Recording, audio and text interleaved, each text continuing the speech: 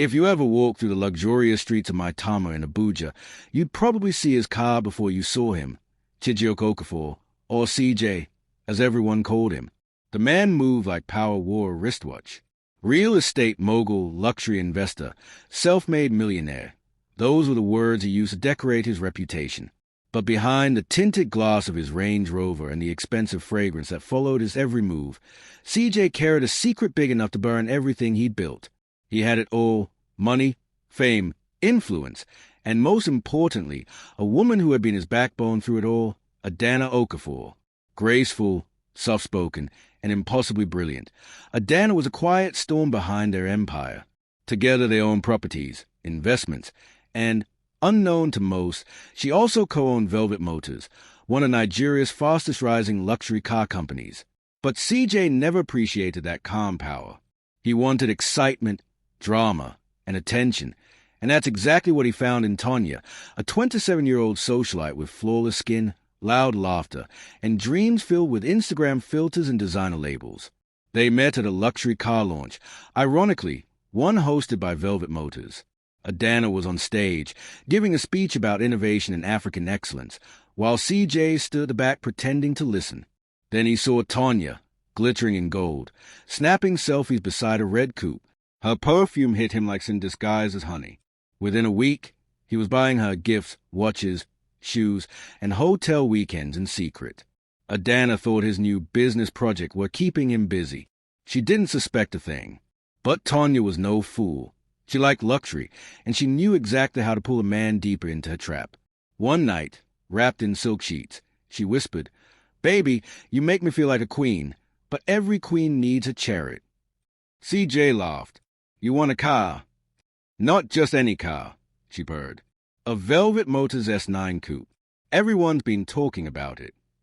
CJ hesitated for a second. He knew that was his wife's company, but pride and lust won. "You'll get it," he said finally. That promise was the moment his empire began to crack. CJ sat in his office 2 days later, the city sun slanting through the glass walls, glinting off the polished desk. He scrolled through Velvet Motors' website, his heart racing. The S9 coupe, sleek, silver, bold, looked like temptation on 4 wheels. He picked up his phone and dialed. "Good afternoon, Velvet Motors," a polite female voice answered. "Yes, this is Adanna Okafor. I want to make a private purchase. High value, confidential." The representative took his details, unaware of who she was really speaking to. To hide the transaction, CJ used one of his shell companies, Brightwave Holdings.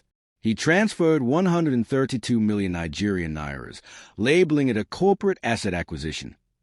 But Velvet Motors had an advanced internal tracking system. Every high-value sale triggered an automatic review by the company's executives. And one of those executives was Adanna Okafor. Later that evening, sitting in her minimalist office, Adanna's assistant Emeka entered with a tablet. "Madam, a new transaction just came in, 132 million Nigerian nairas from Brightwave Holdings." Adanna looked up. "Brightwave? That's one of Chijioke's subsidiaries." Her fingers froze on the keyboard. "Pull the invoice." Emeka hesitated. "Should I alert accounting?" "No, not yet," she said. "Just get me the paperwork." That night, CJ celebrated his secret gift with Tonya at a candlelit rooftop restaurant. She kissed his hand and whispered, "You're my king." He grinned, completely unaware that the queen he was betraying had already noticed his footprints. Adanna had always believed that silence could be sharper than a scream, and as she sat at her vanity mirror brushing her hair that night, her reflection seemed to ask her, "Are you ready to see what is hiding?" CJ came in humming, smelling of foreign cologne. "Long day at the office," he said. "Don't wait up for me tomorrow. I've got a property tour." She smiled softly. "Of course. Be careful on the road." But when he fell asleep, she opened her iPad and logged into Velvet Motors' internal dashboard. The purchase file was right there: invoice, delivery address, contact number, and email. The signature on the buyer's approval line, "C. Okafor." Her chest tightened. She zoomed in again, as if maybe the signature would magically belong to someone else. But it was his. The next morning, Adanna visited Chief Udez, her mentor and silent partner in the company. The older man listened quietly as she explained everything. "Chief," she said, her voice steady, "my husband bought a car from our company, but not for me." He frowned. "Maybe it's for a client." "No, he used a fake company name, and the delivery address is not our home." Chief sighed deeply. "My day, the lion always thinks the grass hides his scent. But you are the hunter who planted the forest." Adanna exhaled slowly. "Then I'll make sure he realizes who owns the jungle." By the end of the day, she had instructed Emeka to flag the purchase for delivery verification. Every move CJ made from that moment was under quiet surveillance. 2 weeks later, the car arrived. Tonya squealed like a child on Christmas morning. The silver S9 coupe glimmered under the Abuja sun, complete with red ribbons and champagne glasses. CJ stood beside her, grinning with false pride. "You like it?" "Like it? I love it!" she screamed, throwing her arms around his neck. Within hours, she posted a video on Instagram. "Look what my man just gifted me. #gifted by my king, #luxury queen, #velvet motors." The video blew up. Abuja blog reposted it. Fans flooded her comments. And by the next day, even Velvet Motors' marketing team shared it, thinking it was celebrity endorsement. And that's how Adanna saw it. Sitting in her office, she clicked the reposted clip, and there it was. Her husband's voice in the background, laughing proudly as Tonya posed beside the car. She played it again, then again. Her expression didn't change, but her pulse quickened. "Emeka," she said calmly, "download this video. Archive it." He nodded. That night, when CJ came home, Adanna served him his favorite dinner, coconut rice with grilled chicken. "How was work?" she asked softly. He smiled. "Stressful. Same old." She nodded, eyes steady on him. "Yes, I know." Her tone was gentle, but there was something in it that made CJ look up for a second, something cold and unreadable. She smiled again, almost sweetly. "You should rest early. You'll need your strength." CJ laughed nervously. "Why?" "For the surprises life brings," she said, turning away. The morning after, Adanna walked into Velvet Motors dressed in an immaculate white pantsuit, her calmness hiding the storm brewing within. Every employee greeted her with respect, but behind her polite nods, she was orchestrating her next move. "Emeka," she said, closing her office door, "show me the final delivery records for that S9 coupe." He placed the file before her. Inside were printed receipts, CJ's forged signature, and payment authorization from Brightway Holdings. Everything she needed. Adanna looked at the papers for a long time before whispering, "He didn't just cheat on me. He used our company to fund it." Meanwhile, across town, CJ's day was falling apart. His accountant called frantically, saying a large company purchase had raised suspicion with auditors. CJ barked into the phone. "Handle it. It's confidential." But his voice trembled. Later, Tonya called, whining, "Baby, everyone's tagging me in your car post. Should I tag you back?" "Don't you dare," he shouted. "Do you want to ruin everything?" He didn't know it was already ruined. That evening, as the sun bled across Abuja's skyline, Adanna stood on her balcony, staring at the city lights. Her face looked serene, but her mind was sharp and alive. She picked up her phone and texted Emeka. "Prepare proposal for charity gala. Full media coverage. I want it in 2 weeks." She put down the phone, then whispered to herself, "If you want to play in the dark, I'll bring the lights." And in that moment, under the warm glow of the setting sun, Adanna's revenge began, not with shouting, not with tears, but with power, precision, and poise. The office smelled faintly of lemon polish and power that morning. Adanna sat behind her mahogany desk, flipping through papers while Emeka projected the transaction details on the glass screen. "There it is," he said quietly. "Purchase ID 0902 VMS9-132M.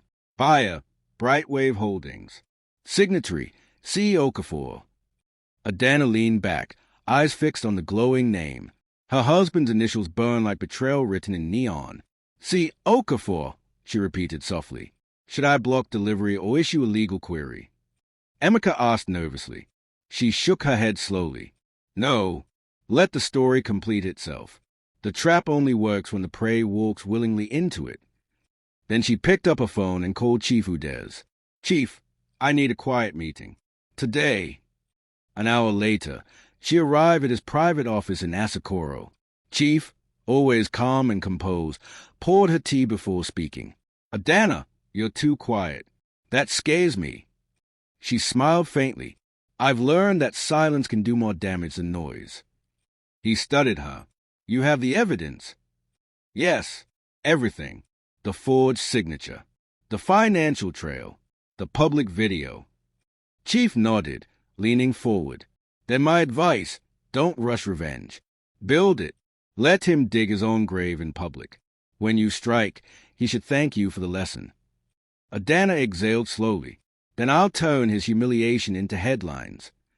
That evening, she began drafting an internal memo for the upcoming Velvet Motors charity gala, a glamorous event that would attract CEOs, influencers, and politicians. Her goal wasn't just revenge, it was exposure wrapped in elegance.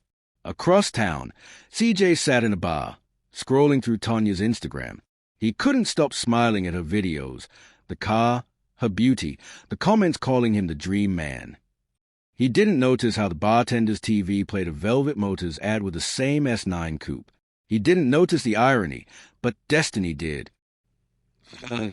2 days later, Abuja woke up to a trending story. Mystery woman flaunts 132 million Nigerian naira's car from secret lover. Blogs speculated, influencers dissected, though names weren't mentioned. Insiders whispered, and soon people began connecting dots. In the Okafor mansion, Adanna sat in her study, scrolling through the gossip sites, sipping tea. Her face was calm, but her eyes carried quiet satisfaction. Her phone buzzed, a message from an unknown number. Madam, I think you should see this. I'm not a fan of Tanya, and she's been boasting too much. She says she took your husband. Here's proof. Attached were screenshots, Tanya's private chat with her friends, laughing about how CJ's wife is too blind to notice. Adanna smiled coldly. Blind? Oh, my dear, I'm watching everything. Meanwhile, CJ was trying to do damage control. Tanya, stop posting. The gossip is spreading. She rolled her eyes. So what? You said you're a big man. Let them talk. I love the attention. He slammed his fist on the table. You're going to ruin me. She laughed mockingly. No, baby, you ruined yourself the day you lied to your wife. The irony hit him like thunder, words from the very woman he cheated with. By evening, Adanna received an email from her legal advisor with the final verified receipts. Every detail linked directly back to her husband. Her reply was brief. Perfect. Prepare a digital presentation for the gala. It wasn't just revenge anymore. It was justice dressed in designer heels. Inside the glass boardroom of Velvet Motors, tension hummed like electricity. Adanna stood before the management team, her presence commanding but calm. Ladies and gentlemen, she began, as you know, our charity gala next week will highlight honesty, integrity, and corporate accountability. Her staff nodded enthusiastically, unaware that beneath those elegant words lay a private storm. I want a special presentation showcasing a case study on fraudulent transactions that harm trust between clients and companies, she continued. Include the full paper trail, buyer names, invoices, and signatures. Use it as a live demonstration during the event. Emeka's eyes widened. He knew exactly which transaction she meant. Should I anonymize the data? Adanna smiled faintly. No, let transparency shine. Later that day, she visited the event venue, the Grand Emerald Banquet Hall, with golden chandeliers and mirrored walls.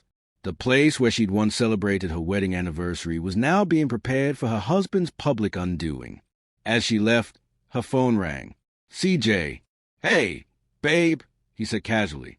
I got an invite to your company's gala. Should I come? Adanna's lips curved slightly. Of course. You're my husband. Why wouldn't you? He laughed nervously. You sure? It's not a ladies-only thing. Not at all, she said sweetly. Bring anyone you like. CJ grinned. I'll bring a guest then. The line went dead. Adanna stared at her phone and whispered, Yes, CJ, bring your downfall with you. The night of the Velvet Motors charity gala glowed like gold. The who's who of Abuja arrived in limousines and glittering gowns. Cameras flashed, reporters shouted, champagne flowed. Inside, Adanna stood by the red carpet, breathtaking in a flowing silver gown. Her presence radiated grace and quiet power. CJ arrived in a tailored tuxedo, his arm proudly wrapped around Tonya, who sparkled in a sequined red dress. As they stepped out, the photographers turned their flashes toward them.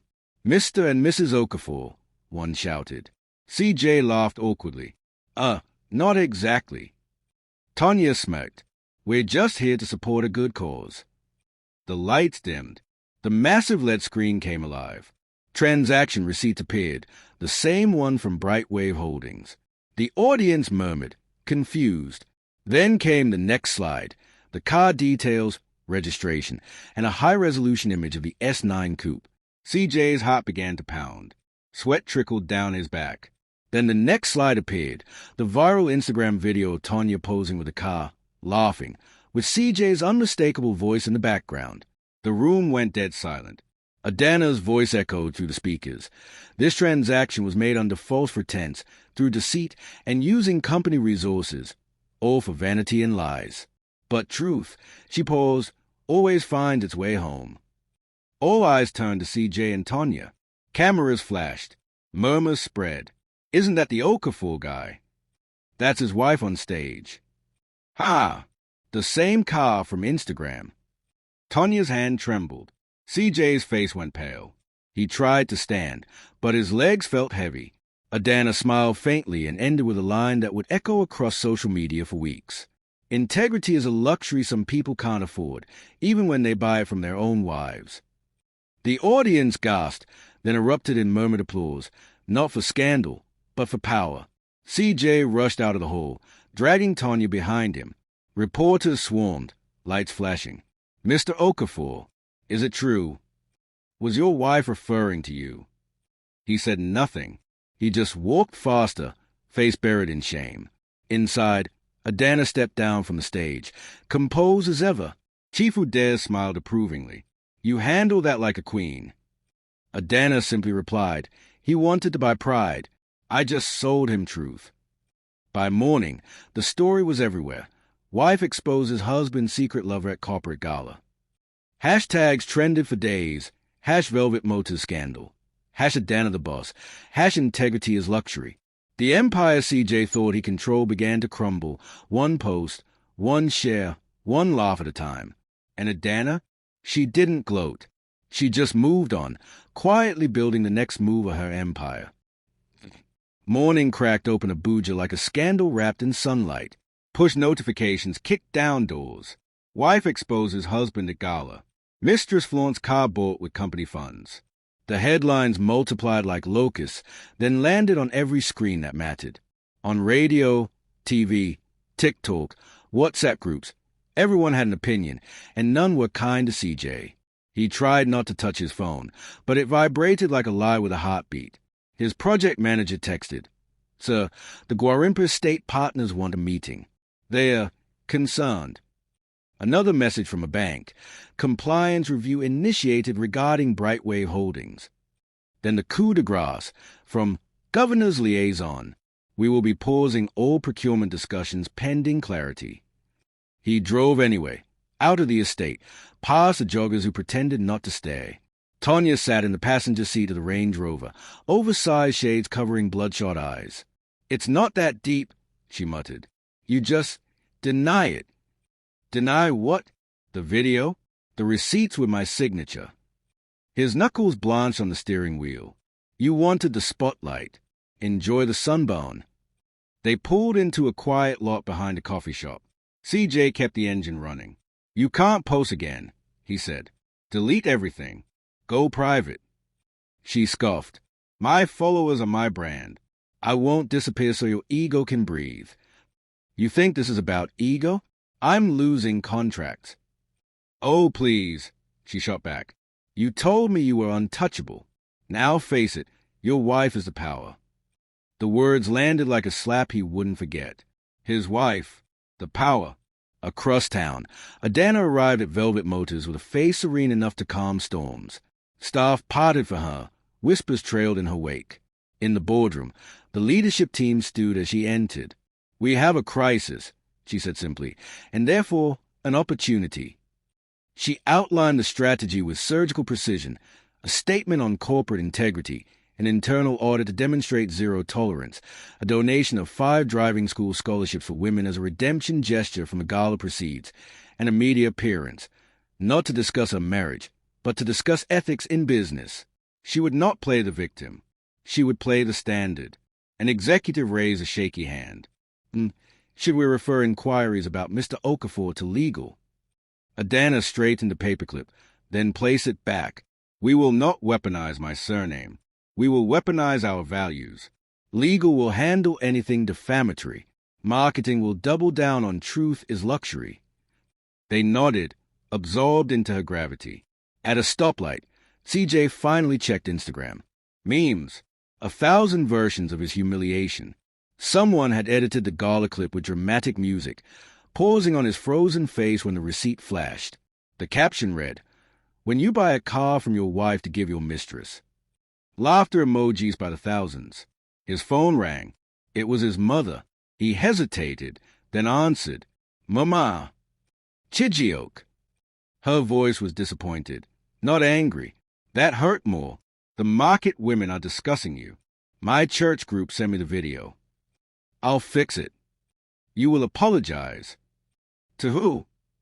"To God," she said, "then to the only woman who ever chose you for your future, not your money." The line went quiet. By noon, partnership after partnership email postponements, reviews, or withdrawals. The dominoes didn't fall. They sprinted. CJ stared at his office wall as if it might confess a way out. It didn't. He closed his eyes and saw Adanna on that stage, elegant, fearless, unassailable. The crowd had believed her because she was the truth. Meanwhile, Tanya went live to die on her sword of clout. "They are bullying me," she sniffed at her ring light, "because I fell in love. Is love a crime?" In the comments, the crowd turned. "Return the car you bragged about." You mock someone's marriage, now cry softly. Sponsors slid out of her DMs like ghosts leaving a haunted house at dawn. At sunset, Abuja glowed. Adanna stood on her balcony, city humming beneath. Chief Ude's voice came through the phone, warm and steady. "You handled today like a stateswoman." "I only did what truth demanded." "Truth does not demand," Chief said. "It invites, and you made the world accept the invitation." She ended the call and allowed herself one long exhale. She had not cried because tears were a language wasted on those who could not read. She would not rage because rage was a bonfire that burned the owner. No, she would turn this spectacle into a syllabus and teach the city what power looked like when it chose dignity over drama. Somewhere, a notification pinged. Forbes Africa requests interview. Lesson 1. When a lie explodes, the one who stands still becomes a landmark. Tanya woke to a digital desert. The brand that had promised a skincare deal next quarter sent a brisk. "We're going in a different direction." The nightclub that loved her VIP table rescinded her Friday comp. A boutique DM'd, "Please return the borrowed gowns." She scrolled through her comments. Hot thinning. Clout chaser. Home wrecker. Luxury with stolen receipts. Then the voice message from her landlord. A polite summary of arrears wrapped in a threat. The final blow. Someone had mass reported her page. The algorithm now throttled her reach. She called CJ. No answer. Again. Nothing. She paced. She drank water, spilled half of it, then went live again against her better angels. "You people don't know what goes on in a marriage," she declared. Maybe his wife wasn't giving him. She stopped herself, but it was too late. Clips were already out in the wild before she hit end. Across town, Adanna watched a 30-second cut on mute. She didn't flinch. "Legal," she said into the intercom. "Prepare a narrow cease and desist. No moral thunder. Just defamation and misrepresentation. We stay dignified." She hung up and turned to Emeka. And have security confirm the car's registration status. If it's under a shell, we're repossessed by the book. Tanya sensed the walls contracting. She texted CJ frantically. Baby, please pick up. They're killing me. Come over. When he didn't, shame mutated into anger. She crafted a post. Screenshots, intimate photos blurred, voice notes hinting at nights and promises. Her thumb hovered over share. A knock. Her friend Isioma, the one who always wanted a front-row seat to chaos, stepped in with a sympathetic tilt. Babe, Isioma said, if you drop that, you'll trend for 2 days and burn for 2 years. I need leverage. You need a lifeline. Isioma handed her a scarf. Cover your hair. We're going to church. Tanya laughed, ugly, loud. Church. You want mercy from the crowd? Show humility somewhere that still believes in it. They sat in the back of a large sanctuary.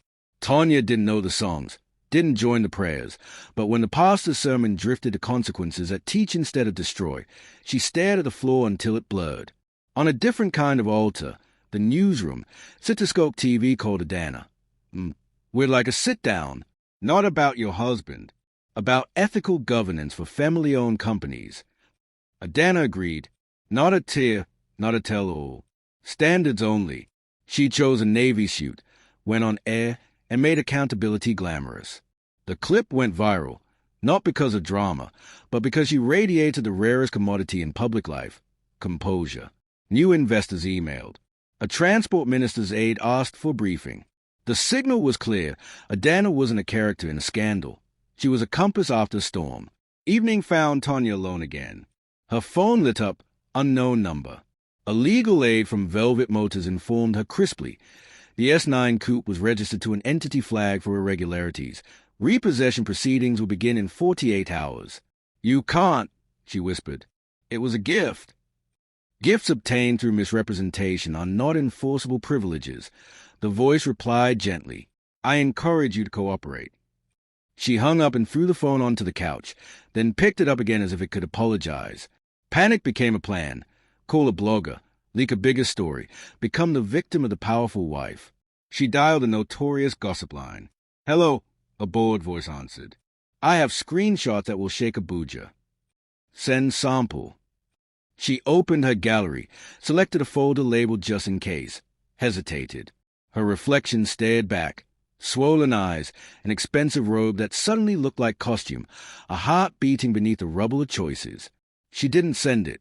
That night, the moon looked like a peeled pearl in a black bowl. Tanya typed a message to Adanna she would not send. I'm sorry. I didn't think beyond the ribbon on the bonnet. She deleted it, then slept face down on the couch, covers tangled like consequences. Some losses arrived loudly, with sirens and headlines. Others arrived quietly, with a notification about repossession and a pastor's sentence you cannot shake. Auditors do not knock. They materialize, polite, relentless, fluent in the language of numbers that confess without tears. 2 of them sat across from CJ in his Brightway conference room, laptops open, eyes kind. We'll need transactional history for 12 months, the senior one said. We appreciate your cooperation. Is this necessary? CJ managed. Given the public matter, it protects you as much as us. Protects you, as in a lifeboat thrown at a man who drilled holes in his own yacht. By midday, his account had new companions, holds, reviews, flag notes. A vendor paused deliveries pending clarity. A payroll system demanded an updated funding source. His lawyer called with a voice like a warning sign. The shell company purchase is indefensible if it links to personal benefit. The paper trail isn't your friend, CJ. He ate nothing. He drank coffee he didn't taste. He stared at lines of transactions that now looked like a diary he'd forgotten was public. Meanwhile, Adanna met with her CFO and Chief Udez. The CFO slid a document across the table. Our exposure is 0. The sale is reversible on compliance grounds. The charity gala increased brand equity by 30%. Pre-orders spiked. Good, Adanna said softly, but no gloating. We stabilize. We don't strut. She paused. And ensure all staff know, No one is to disparage my husband publicly. We're not a mob. Chief nodded approvingly. Royalty doesn't argue in the marketplace. At home, CJ opened drawers that still smelled like his beginnings, the wristwatch from his first land deal, the photo of him and Adanna breaking ground on their first duplex. He'd told her then, "We're building forever." She had answered, "Just build it honest." He drove to the estate site to clear his head. The foreman approached, hat in hands. "Olga, the cement supplier won't unload without confirmation of funds." The men stood idle, their day kneecapped by a spreadsheet. CJ phoned, pleaded, postured. The supplier said gently, "Sir, we're like you, but your name is noisy at the bank today." When a man can't move cement, he begins to feel how heavy shame truly is. Evening crawled. He returned to his office to find 2 envelopes. The first from his primary investor. "We are invoking our right to audit and temporarily freezing our exposure. We hope to continue post-resolution." The second from his mother, handwritten, "Pride breaks bones no stick can touch. Bend before you break." He placed the note on his desk and stared at it until the room blurred. Across town, Adanna walked through the Velvet Motors showroom, the cathedral of chrome and possibility. She paused beside the S9 coupe, its silver body reflecting her like a quiet twin. Emeka approached. The repossession order is ready. We'll handle it discreetly." She nodded. "Do it with mercy." "Mercy?" he asked. "Yes," she said. "Mercy is the power to punish, and choosing precision instead." That night, CJ drove aimlessly. He ended up outside Velvet Motors, staring at the illuminated logo, imagining Adanna inside, unbothered by storms that swallowed him. He wanted to walk in and fall at her feet, to say, "I forgot who we were when I chased who I wanted to be." But the doors were closed. Some thresholds require daylight and honesty. On the radio, an interview played, Adanna's voice, sure and calm. "In family-owned companies, governance is not a luxury. It is the engine. Without it, even love cannot stay." CJ lowered the volume and whispered into the empty car, "I know. Sometimes collapse isn't the sound of buildings falling. It's the silence when your name stops opening doors." He rehearsed it on the drive, not excuses, not the cheap words of men who get caught. He would bring the truth the way a child brings a broken toy, palms open, eyes wet, ready to say, "Fix me if you can." When he reached Velvet Motors at noon, he didn't call ahead. He walked past a receptionist who recognized him and looked away like courtesy might cut her. "Is Mrs. Okafor available?" he asked. "Do you have an appointment?"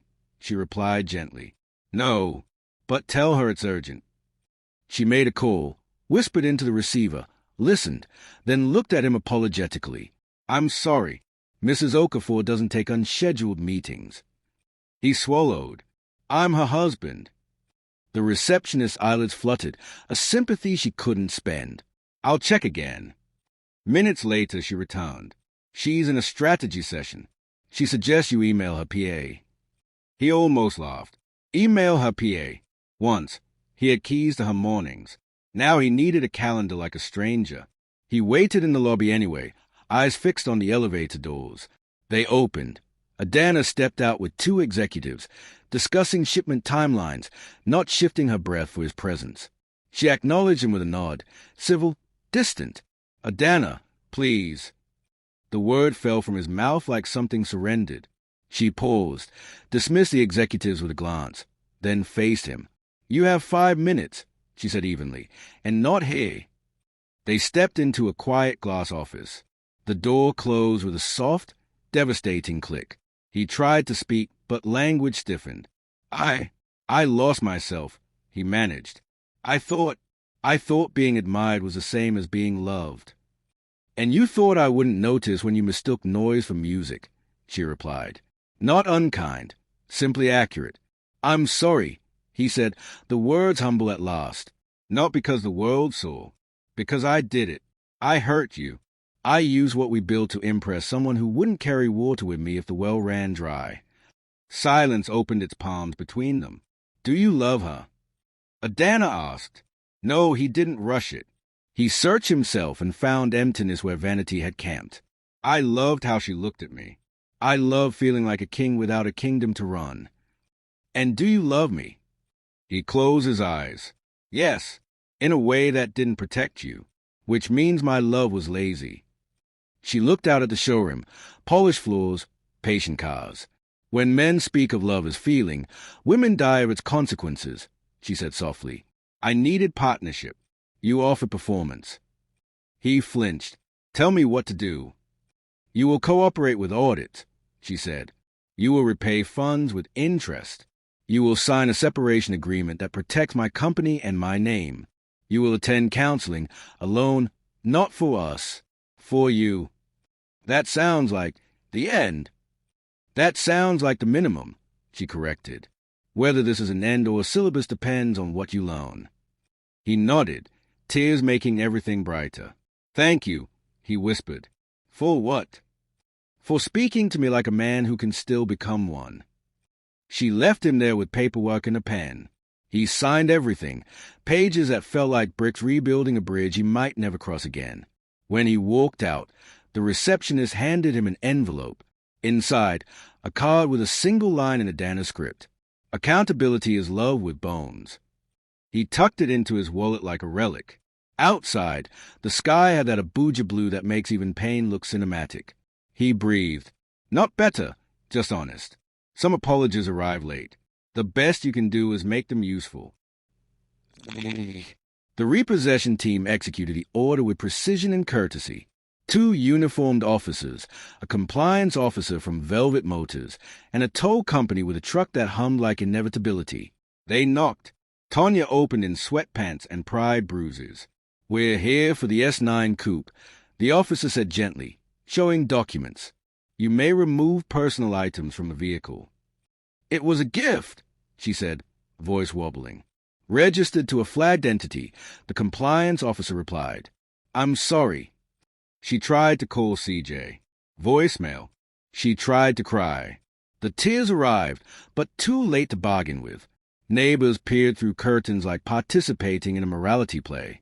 She wrapped her hair, stepped outside, and opened the glove compartment as if it might offer a new identity. Lip gloss, sunglasses, a parking receipt from the gala, the beginning of the end, pressed into thin thermal paper. She placed her things in a tote and stepped back. The tow truck lifted the S9 with the hydraulic grace of a verdict. As the car's wheels left the ground, Tonya remembered the first time she touched its leather, the way luxury can fool a person into thinking it's love with an engine. Isioma appeared at her gate, breathless. Babe. It's fine, Tonya lied, voice flat as a receipt. I never owned it. They sat on the stoop, silence pressing down. A boy cycled past, stared, and kept going. Life had an impolite way of continuing. Come stay with me a few days, Isioma offered. Tonya shook her head. I need a job, not a couch. Influencing is a job. Not when no one is buying what you're selling. She opened her phone and scrolled through DMs. One stood out, from a women's center looking for volunteers to help with social media and skills training. She almost laughed. Charity was a story template she had faked for content. Now it was the only call that sounded like home. She replied, I'm available. Across town, Adanna reviewed a short report. Repossession completed. No incident. Keys secured. She signed it, then paused.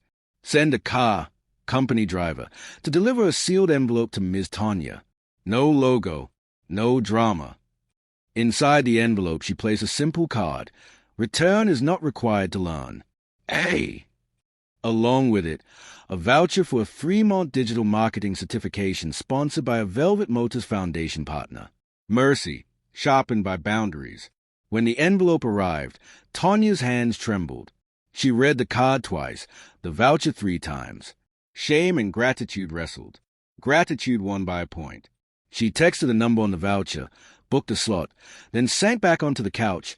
No champagne, no cameras, just a woman and a decision. Night came gentle. She opened Instagram and typed a caption she had never used. I messed up. No excuses. I hope to do better.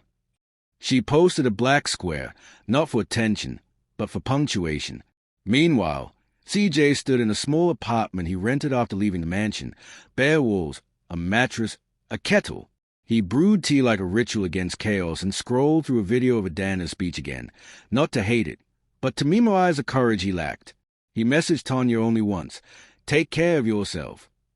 She replied with a single heart, broken in the middle.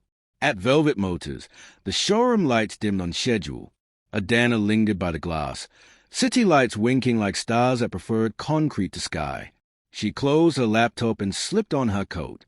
Before she left, she looked at the S9 coupe, back in place, shining like a lesson returned to the shelf. A staff member approached shyly. "I know it's not my place, but you inspire us." Adanna smiled. "Inspiration is nice," she said. "Let's aim for culture." She stepped into the night, the kind that makes a person feel like the future has a pulse. Tomorrow would bring lawyers and interviews, audits and product meetings. But tonight brought something rarer, peace that didn't need applause. In the fragile hush between downfall and redemption, each of them held a different kind of mirror. Tanya saw a woman who had confused clout for calling and decided to learn. CJ saw a man who had mistaken admiration for love and decided to repair. And Adanna, the quiet axis around which the storm had spun, saw a leader choosing mercy without forfeiting memory. The city exhaled. The story was not over. It had simply outgrown its scandal. Abuja woke in soft gold, the kind of morning that forgives the night before.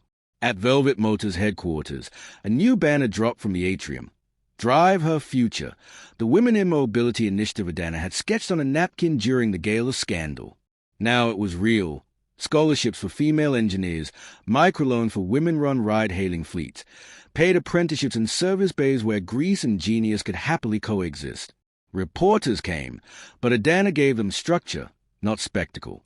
In a navy sheath dress and low heels that said, "I'm here to work," she stood beside a graphite S9 and explained the program with clarity that hummed. "We are not merely selling cars," she said. "We are laying roads for women who will never again ask permission to arrive." Her voice didn't wobble. She had cried privately once, a single evening that ended with prayer on the cold tile of her bathroom. Since then, the river inside had chosen a deeper channel. The first cohort waited in a semicycle, a quiet welder from Silesia, a former Keek driver with knuckles like knots, a university dropout who could strip a gearbox blindfolded. Adanna asked each woman's name, looked into their faces, repeated the names, fixed them in memory. The cameras caught it. Respect packaged as routine. The clip traveled online without her pushing it, and the internet, starved of leaders who behaved like adults, exhaled. Then came the Forbes Africa cover shoot.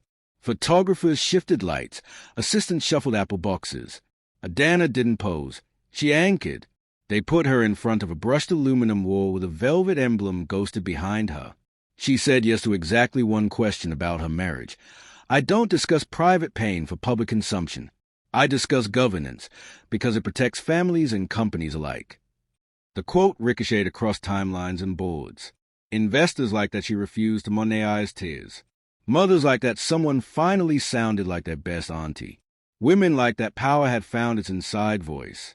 In the afternoon, she walked the service floor in safety shoes, greeting technicians, asking about supply chain delays, laughing once at a joke about stubborn bolts. Emeka shadowed her with a tablet. "The minister's office confirmed the meeting," he murmured. "Also, the Lagos expansion lease is ready. And, the letter from him." She didn't look up. "Legal has it." "Yes," he said. "They say it's thoughtful. He's begun repayments. On schedule."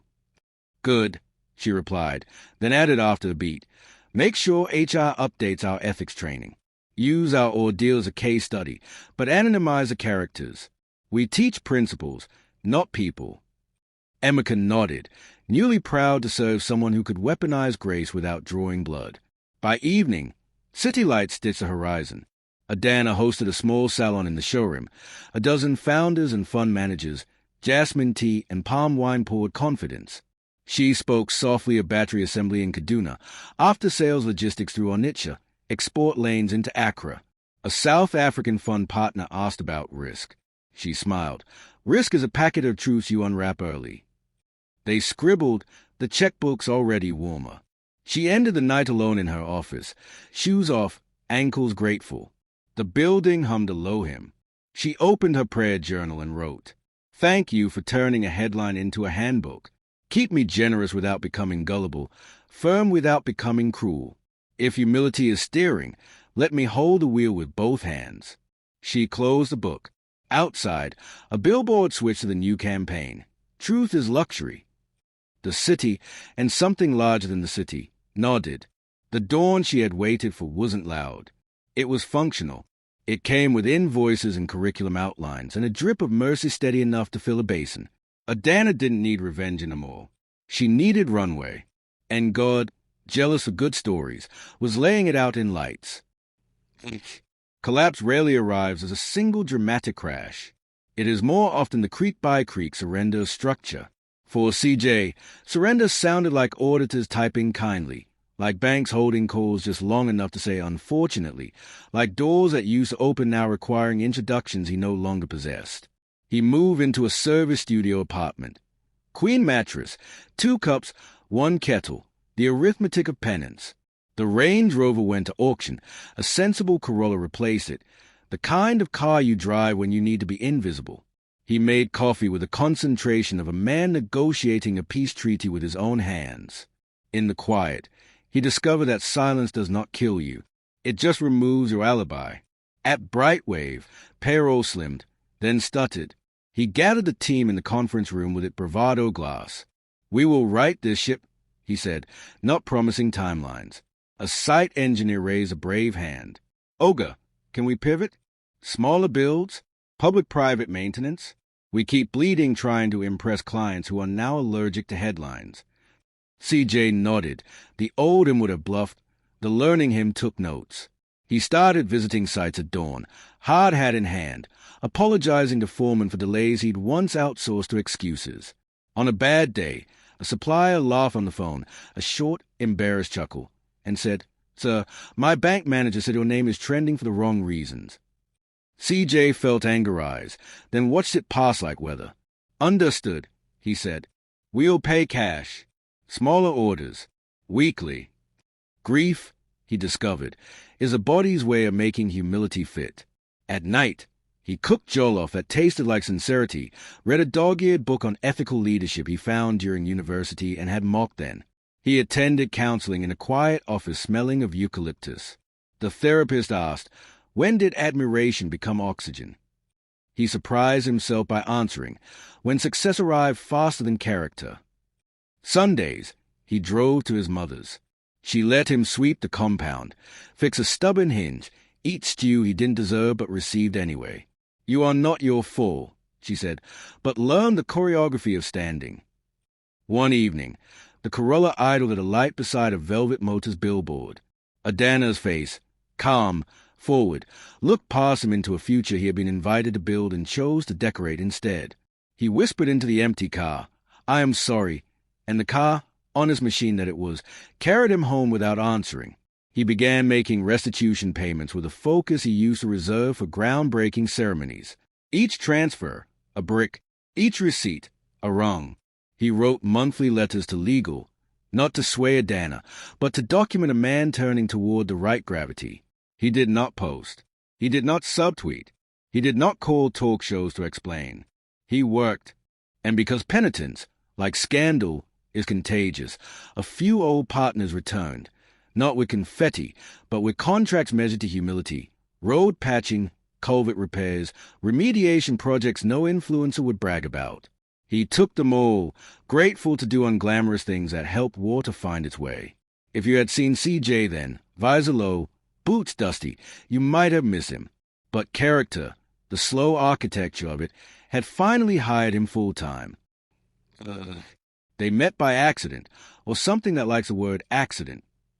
Adanna walked into a charity fundraiser for single mothers at a community center in Hughes. Velvet Motors had quietly underwritten the vocational wing. She came to tour the sewing lab, to pick up little hands that had taught themselves to stitch against hunger. He was there delivering benches, Brightwave's in-kind donation, a carpentry sprint fashion from scrap wood and apology. He wore a faded polo, a cap that failed to hide how tired he wasn't pretending to be.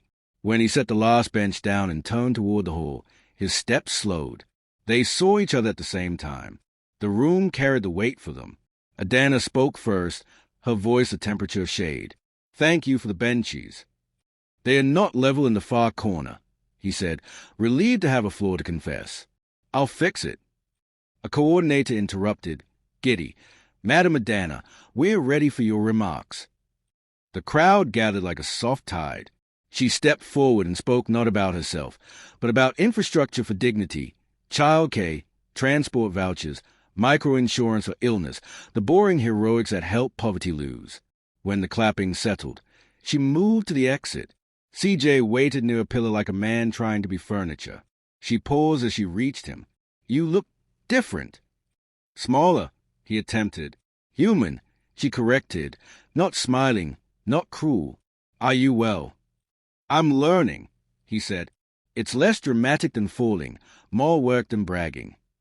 They walked to the door together in a silence that felt like clean linen. Outside, the late sun softened the edges of everything. "The repayments have been steady," she said finally. "Thank you." "I'm not doing you a favor," he replied. "I'm returning tools I borrowed to build a lie." She nodded. "Good words. Keep them company with behavior." He almost laughed, that old rhythm, rerouted. "I don't expect anything. I just hoped you would know I'm trying." "I know," she said. Then, without strategy, without audience, she placed a small folded paper in his hand, a flyer for a men's accountability circle she partnered with a faith group to host, financial literacy, anger de-escalation, fatherhood after failure. "If you want structure," she said, "there's a room Wednesdays at 6. You think I need it? I think rooms where men tell the truth are rare. And useful." He tucked the flyer into his pocket like a sparrow. "I'll come." "Come early," she advised. "The chairs fill." They parted with no ceremony. Inside the hall, a child tugged at Adanna's sleeve. "Auntie, are you the lady from the billboard?" She crouched to the child's height. "I am the lady from the benches," she said, and the child grinned, properly impressed. That evening, CJ arrived at the circle 10 minutes before 6. He stacked chairs, poured water, sat in the second row. When it was his turn, he said, "My name is Chijioke. I confuse applause for oxygen, and I'm here to relearn breathing." No one clapped. A man nodded. Another passed tissues without comment. It was, at last, the right audience. Some meetings change nothing visible. This one changed gravity. Grace does not erase consequence. It teaches you how to carry it without dropping other people. Weeks braided into months. CJ kept his appointments with auditors, with counselors, with roads that needed honest maintenance. He returned the last restitution installment one quiet Tuesday and sent a short note, fully accounted. "Thank you for not letting me off easier than the truth." Legal acknowledged. Nothing more. It was enough. Tanya, on her own valley floor, kept her choice. The women's center made her the social media assistant nobody was impressed by and everybody relied on. She learned to schedule posts that were not about her face. She learned to design flyers for diaper drives and legal clinics. She started digital marketing foundations, the certification voucher Adanna had sent, and discovered the unruly satisfaction of finishing modules, of passing quizzes, of earning a badge that no one could repossess. When temptation to go viral returned, she opened the folder of screenshots labeled "just in case," scrolled, and then trash-binned the archive. The small private thud felt like a stadium cheer. Adanna expanded Drive Her Future to Kano and Port Harcourt. She visited a dusty workshop where 3 girls stood over a disassembled drivetrain like surgeons. "What do you want?" she asked each. "A fleet?" the first said. "A patent?" the second answered. The third looked at her grease-blackened thumb and whispered, "A life I can recognize." Adanna placed a hand on the shoulder. "You will." Sometimes, Twitter Bob surfaced. Strangers speculating about reconciliation, partisans of gossip begging for a sequel. Adanna never fed them. She was busy commissioning a battery test lab. She was busy arguing for a national warranty standard. She was busy being the ordinary kind of great that works. In late afternoon light, Velvet Motors hosted a key ceremony, donating a modest fleet of sedans to a network of women's shelters. Camera's word. A brief speech was requested in the spirit of the moment. Adanna obliged. We put engines under courage today. Some of these cars will carry women from violence to safety. Some will carry social workers to places where help arrives slowly. Some will carry groceries and babies and the complicated bravery of trying again. We aren't rescuers. We're neighbors with resources. And neighbors, when resourced, change cities. The clip went everywhere the scandal had gone. Only this time the algorithm learned that dignity, too, can trend. Later, in the crowds thinning, a courier brought a small package, no sender named. Inside, a fountain pen CJ had bought her when Brightwave closed its first big deal. He had had it engraved back then, forever as a project. Now a thin note accompanied it. The project survived the slogan, "Please accept this back, as a symbol of what I stained and what I hope you continue to write." She turned the pen in her fingers. She did not cry. She placed it in the desk where useful things live. On Wednesday, she peeked into the accountability room before a late meeting. CJ sat in the back, listening to a younger man choke on the word sorry. He passed the tissues again. It looked, from the doorway, like church without singing. She left them to their work. Grace did not braid them back together. It braided them forward, each to their assignment, none to their old mistake. Years do what years do. Sift, settle, season. Velvet Motors grew into the continent's quiet power haze, a company that treated integrity as a moving part you grease weekly. The showroom-turned-museum corner featured not scandals, but milestones. First export into Kotona, first female plant manager in Kaduna, first warranty benchmark adopted by a regulator who once rolled his eyes at industry suggestions. Adanna wrote a book, not a tell-all, a tell-how, driven by principles, building endurance in public and in private.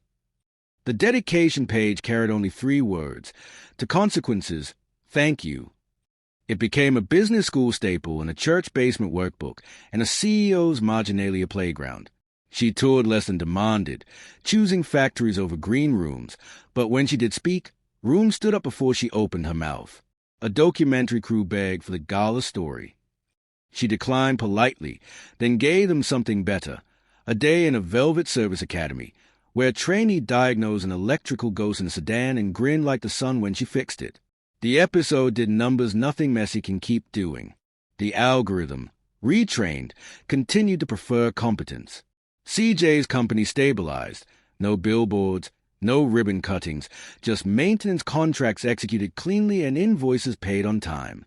He mentored young builders in hard hats and soft shoes and taught them the math of scope creep and the theology of receipts. He remarried years later, quietly, to a school counselor who had no interest in events with hashtags. At the small wedding, he read vows that sounded like policies, in the best way. I will keep accounts clear and attention honest. He meant them. Tanya finished a certificate, then another, then became the digital lead at the Women's Center, negotiating at credits like a general, writing copy that made tired donors look up. Once, a brand asked her to lend her face to a glittery campaign. She chose instead to lend them a strategy deck and a budget list that included diapers and bus fare. Influence, it turned out, had a better use. One Harmattan evening, Velvet Motors hosted an alumni night for the first 5 cohorts of Drive Her Future. The whole buzz with stories. A woman who ran a 6-car taxi fleet, a patent filed on a modular charging dock, a WhatsApp group that had become a cooperative. Adanna stood beneath a banner that declared 10 years in block letters and felt something like fatigue's happy cousin, fulfillment. Chief Udez, older and mischievous as ever, clinked his glass. "A toast," he said, "to the woman who proved that integrity is not an accessory, it is drivetrain." Laughter, applause, the good kind that lands soft.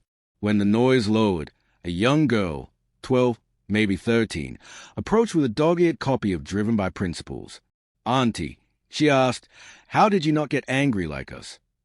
Adanna crouched to meet the girl's eyes. "I did," she said. "I just burned it for heat, not for show." Later, alone in her office, she opened the window and let the dry season's cool push paper edges. On her desk sat the fountain pen. She uncapped it, signed 3 scholarship letters, then drew a small road that curved into a horizon and wrote beneath, "Build ways." On her way out, she passed the S9 coupe on the showroom floor. The model had evolved. Lines cleaner, heart stronger. She rested her palm on its hood. The car that once headlined her humiliation now headlined her curriculum.